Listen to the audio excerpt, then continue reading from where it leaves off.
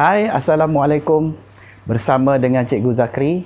Baik, dalam bahagian yang lepas, Adam telah pun menceritakan kepada anda berkaitan dengan apa itu algoritma, pseudocode dan juga carta alih. Baik, dalam siri kali ini, Cikgu akan menerangkan dengan lebih lanjut berkaitan dengan pseudocode dan carta alih yang melibatkan struktur kawalan pilihan. Anda sudah bersedia? Bagus. Okey, mari kita sama-sama melihat apakah yang terdapat di dalam struktur kawalan pilihan. Baiklah, tanpa membuang masa, kita akan pergi kepada topik 3.1.1 pseudocode dan carta alir yang melibatkan struktur kawalan pilihan. Baik, sebelum kita pergi lebih lanjut, perlu kita ketahui beberapa perkara berkaitan dengan struktur kawalan pilihan. Baik, kita tengok apakah kegunaan struktur kawalan pilihan. Jika kita amati bahawa struktur kawalan pilihan ini juga boleh digunakan dalam menyediakan satu struktur untuk, contohnya, kita menguji kefungsian mentol ataupun kita menguji talian rangkaian atau juga menentukan lulus atau gagal. Juga digunakan untuk menentukan kelayakan. Kita boleh juga menggunakan struktur kawalan untuk menentukan grade bagi markah dan sebagainya, dan juga membuat pengkelasan ataupun memberikan kriteria bagi sesuatu perkara. Apa itu struktur kawalan pilihan? Struktur kawalan pilihan adalah satu langkah yang memecahkan aliran algoritma kepada dua atau lebih cabang. Setiap cabang mengandungi set langkah yang berlainan untuk dilaksanakan. Langkah yang dilaksanakan bergantung kepada syarat-syarat tertentu. Struktur kawalan pilihan bolehlah kita kelaskan kepada 3 jenis, iaitu struktur kawalan pilihan tunggal atau single selection. Kedua, struktur kawalan dui pilihan atau double selection. Dan ketiga, struktur kawalan pelbagai pilihan atau multi-selection. Baik, kita tengok kepada struktur kawalan pilihan tunggal. Struktur kawalan pilihan tunggal hanya mempunyai satu pilihan untuk melaksanakan satu set tindakan yang tertentu. Jika satu syarat yang diuji didapati benar, maka satu set tindakan akan dilaksanakan. Baik, cuba perhatikan pseudocode di sebelah kiri. Kalau di dalam buku teks anda, sila rujuk kepada rajah 3.6. Baik, kita tengok kepada proses untuk menyalakan lampu. Ataupun kita tengok kepada proses untuk menguji plug. Okay. Jika plug tidak dipalam ke dalam soket, palamkan plug ke dalam soket. Tamat jika. Okey. Jadi kalau kita lihat di sini ada perkataan jika. Jika ini adalah merujuk kepada syarat. Syarat yang ada di dalam sini. Okey, yang dalam bentuk simbol robust. Baik, jadi jika plug tidak dipalam ke dalam soket, jadi kita akan letakkan plug dipalam ke dalam soket. Jika tidak dipalam, jika tidak, palamkan plug ke dalam soket. Maka, adakah plug ini dipalam ke dalam soket? Tidak. Jika tidak, maka palamkan plug ke dalam soket dan tamat tindakan. Kita juga boleh memberi contoh yang lain seperti memasang switch lampu. Jika lampu tidak bernyala, tekan switch dan sebagainya. Begitu juga dengan pintu dan sebagainya. Jadi, anda boleh memberikan contoh-contoh yang lain yang setara dengan rajah 3.6 dan 3.7. Yang kedua adalah struktur kawalan dui pilihan. Ianya bermaksud sistem ini akan memilih di antara dua tindakan atau dua set tindakan untuk dilaksanakan. Tindakan atau set tindakan yang dilaksanakan bergantung kepada sama ada satu syarat dipenuhi atau tidak. Baik, kita lihat kepada rajah 3.8 sudokod bagi struktur kawalan dui pilihan. Jika memenuhi syarat, laksanakan set tindakan A. Jika tidak, laksanakan set tindakan B. Tamat jika.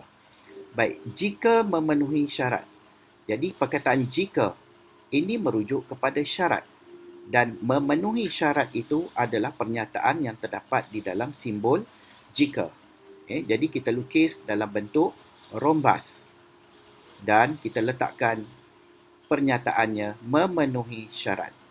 Jika ia, maka set tindakan A akan dilaksanakan. Jika tidak, maka set tindakan B akan dilaksanakan. Baik, kalau kita melihat kepada struktur kawalan dui pilihan, seumpama kita melihat seperti yang berlaku di sekolah. Contohnya, apabila loceng berbunyi, jika ya, maka pelajar boleh keluar untuk berehat. Jika tidak, pelajar perlu berada di dalam kelas. Baik, begitu juga jika anda ke kantin. Adakah wang mencukupi? Jika wang mencukupi, jika ya, maka kamu boleh membeli makanan seperti nasi dan lain-lain. Jika tidak mencukupi, mungkin kamu akan hanya membeli air ataupun roti sahaja sebagai sarapan ataupun makan di kantin.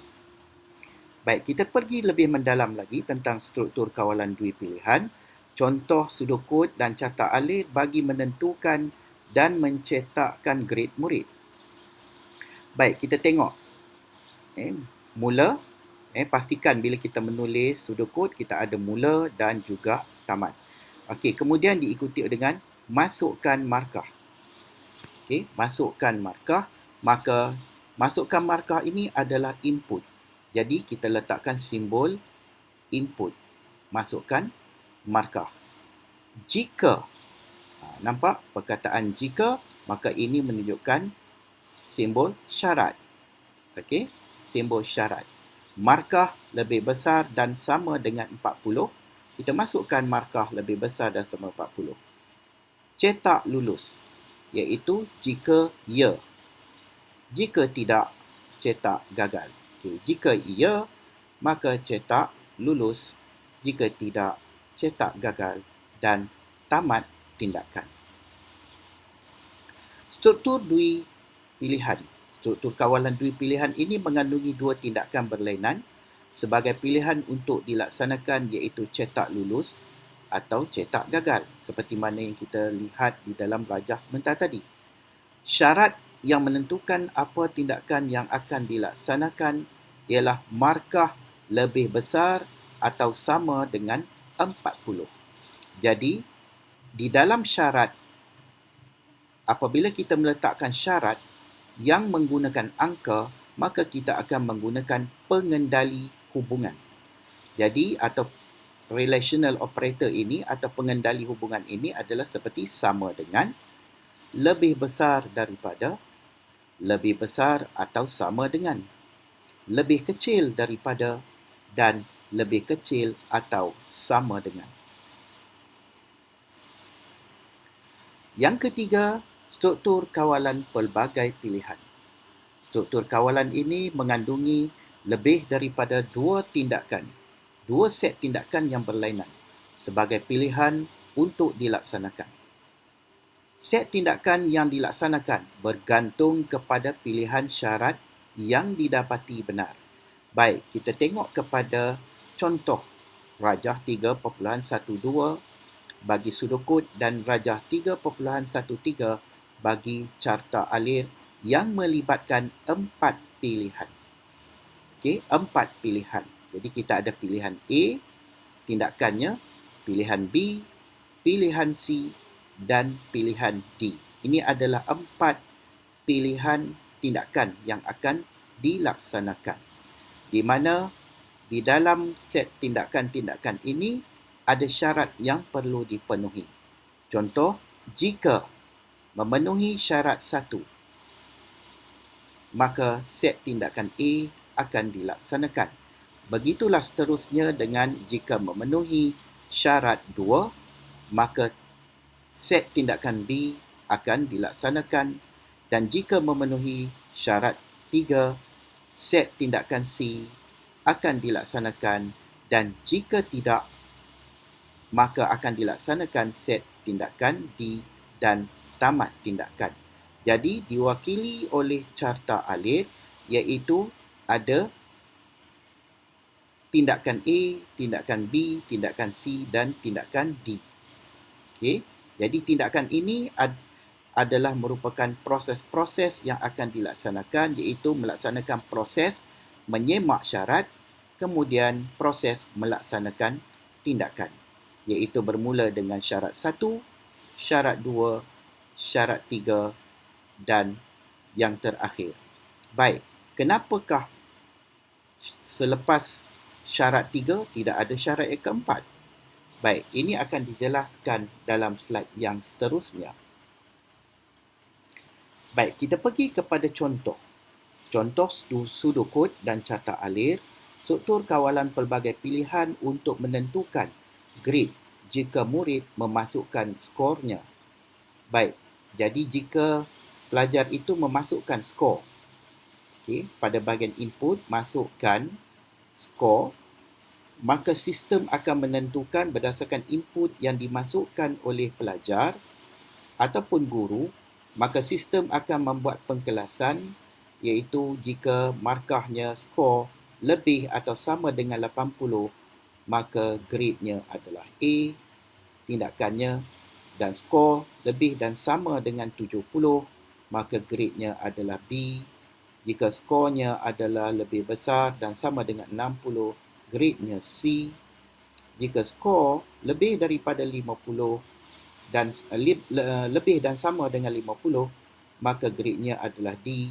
Dan jika skor adalah lebih besar dan sama dengan 40, grade-nya ialah E.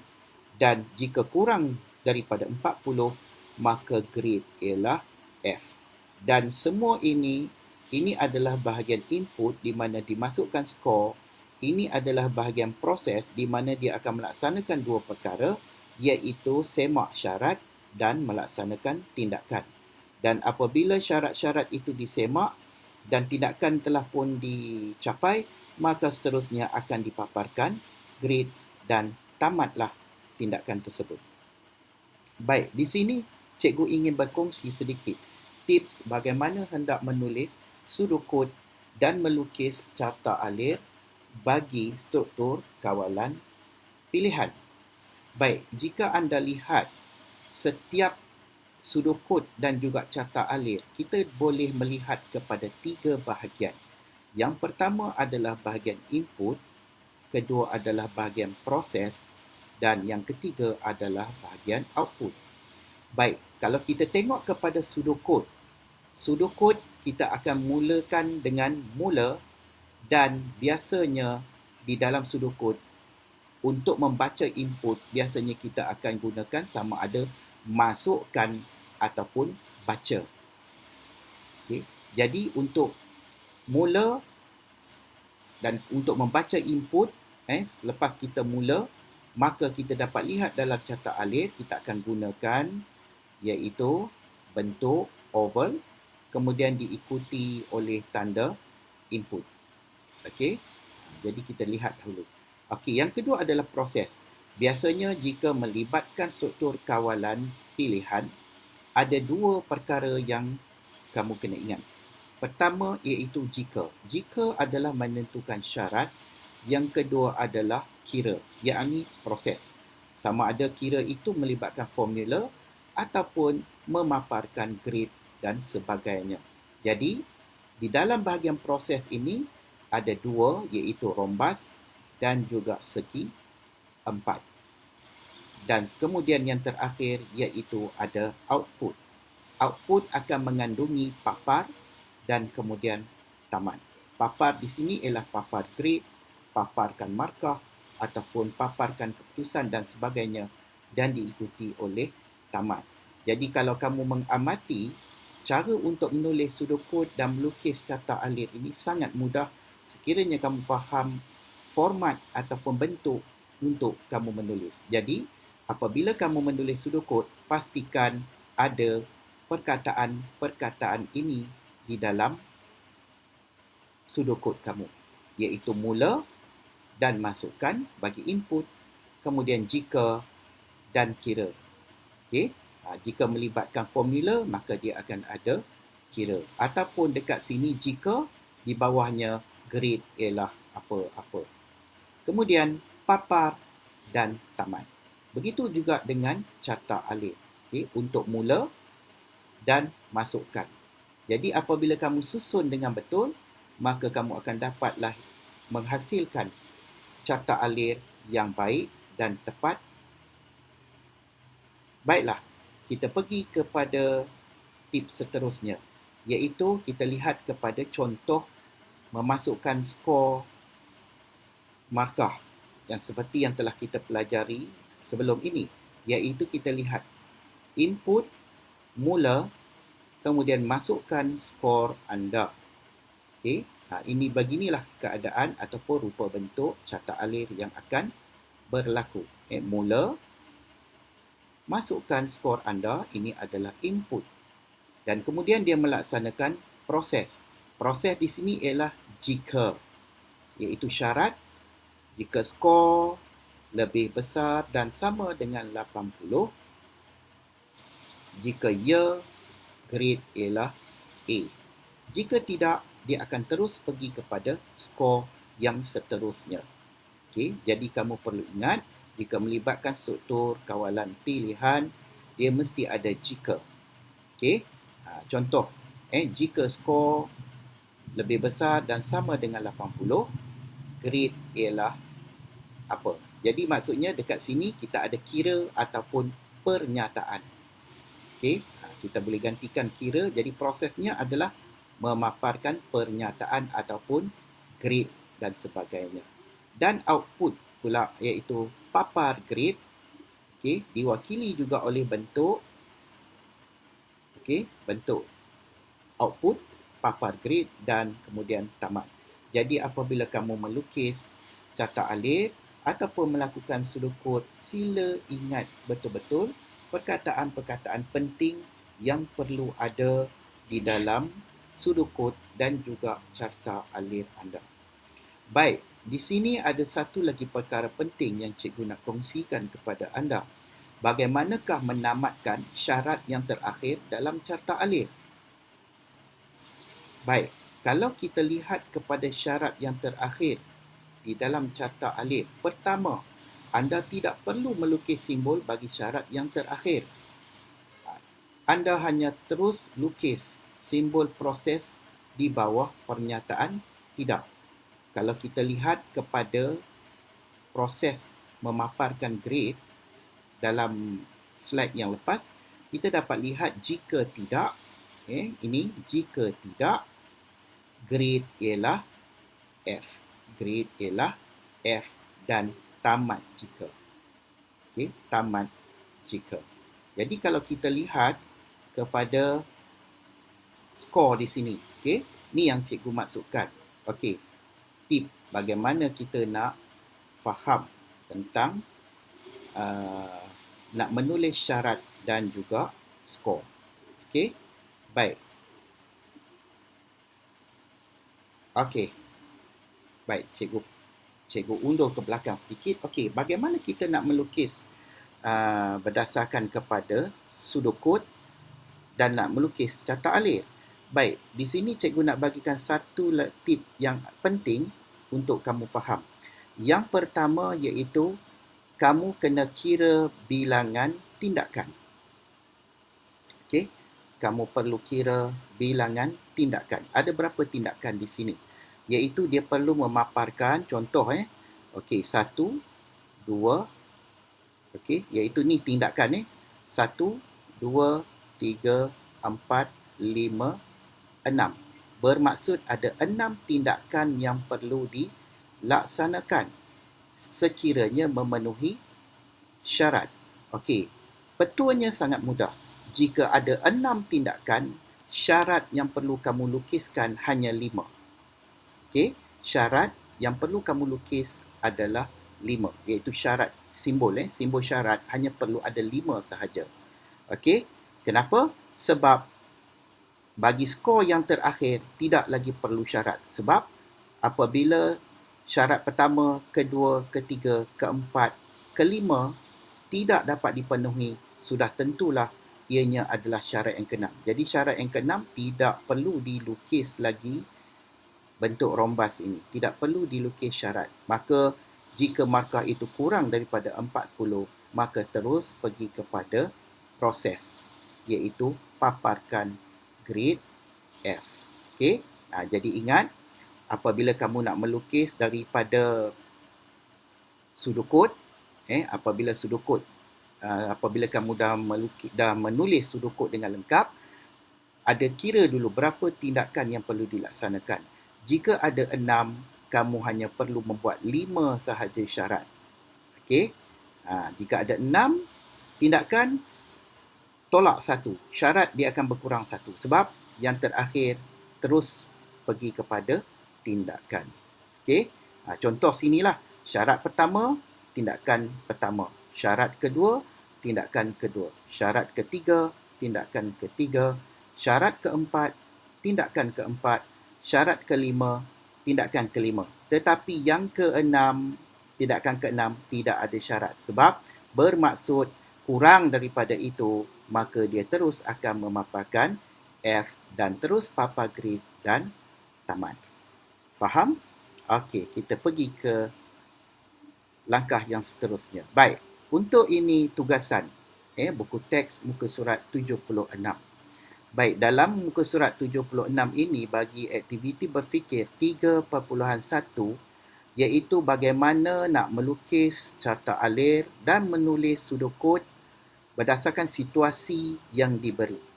Okey, iaitu mesin ATM menggunakan algoritma untuk menyemak akaun seorang pelanggan dan memaklumkan sama ada baki dalam akaunnya mencukupi untuk membuat pengeluaran wang yang dikehendaki.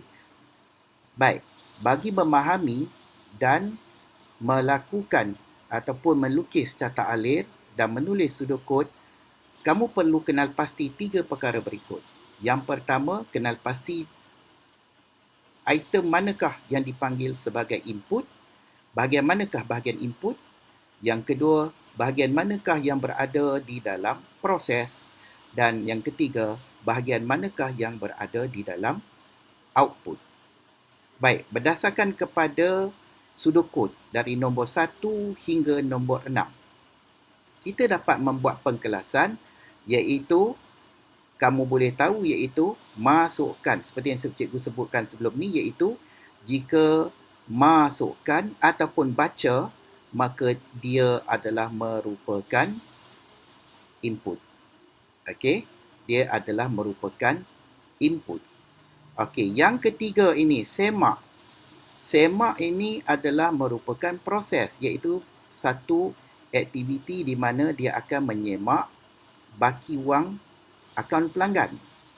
Dan kemudian daripada proses semak ini, dia akan pergi kepada proses syarat, iaitu jika. Ada 2 sini. Okey, jadi bermaksud selepas dia semak, dia akan pergi kepada jika. Okay, jika baki akaun lebih besar daripada wang yang hendak dikeluarkan.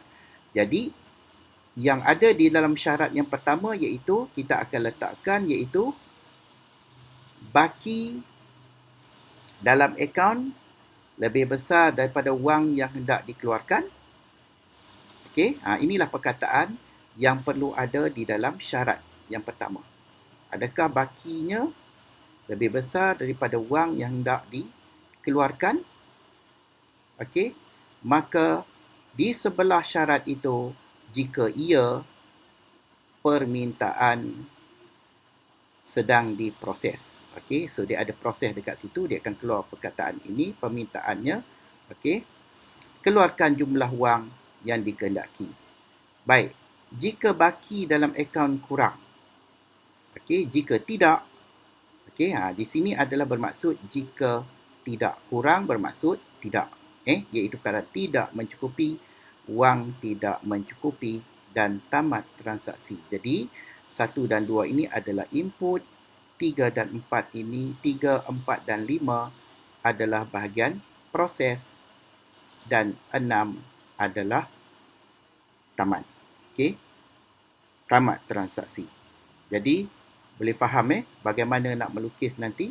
Okey, kamu boleh bincangkan perkara ini dengan guru kelas kamu. Baik, seterusnya. Tugasan yang kedua melibatkan aktiviti untuk kita menulis pseudocode dan melukis carta alir yang melibatkan pelbagai pilihan. Okey, jika kamu lihat kepada aktiviti berfikir 3.2, algoritma ini meminta untuk mengira komisen bulanan yang diterima oleh seorang jurujual komputer berdasarkan jadual komisen berikut. Pertama, kita dapat lihat kepada jadual yang disediakan. Okey. Dan disediakan juga di sini iaitu algoritmanya. Okey, jadi ini adalah jualan bulanan dan ini adalah komisen. Jadi ini adalah merupakan syarat dan ini adalah merupakan set tindakan iaitu untuk mengira. Okey. Jadi maksudnya di sini jika syarat pertama seperti yang cikgu dah sebut, kita lihat di sini iaitu ada berapa? 1, 2, 3, 4, 5. Iaitu ada 5 tindakan. Jadi kita hanya perlu buat 4 sahaja syarat jika. Sebab yang kelima dia akan terus pergi kepada 3% sebab kurang daripada 20,000. Kemudian dia akan pergi kepada kira komisen. Okey. Baik. Jadi nombor 1 adalah merupakan input. 2, 3, 4, 5, 6 dan 7 adalah proses iaitu 2 hingga 6 ini adalah merupakan syarat. Okey, syarat jika ini adalah syarat. Kemudian diikuti sebelah syarat iaitu setkan komisen kepada 12% dan sebagainya. Dan kemudian di bawah daripada apabila kita dah letak iaitu di bawah daripada syarat yang ke-6 ini iaitu kita tengok yang nombor 6 ini iaitu tindakan yang ke-5 iaitu kita sudah tidak ada syarat, terus di bawahnya dia akan setkan kepada terus setkan. Set ni adalah dalam bentuk segi 4 jika jualan ini berada di dalam rombas dan kemudian semua sekali anak panah akan menuju di bawahnya iaitu kira komisen dalam bentuk segi 4 lagi dan kemudian paparkan komisen dalam bentuk segi 4 sengit. Okey? Mudah kan?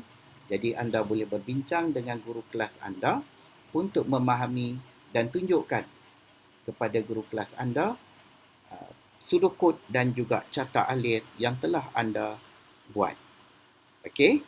Sehingga itu, cikgu mengucapkan selamat, maju jaya dan jumpa di dalam bahagian yang ketiga. Dan jika anda mendapati rancangan ini ataupun perkongsian ini menarik dan sesuai untuk anda, sila subscribe dan jangan lupa untuk like dan share kepada rakan anda yang lain supaya kita dapat sama-sama manfaatnya. Okey, sehingga itu, Assalamualaikum warahmatullahi wabarakatuh.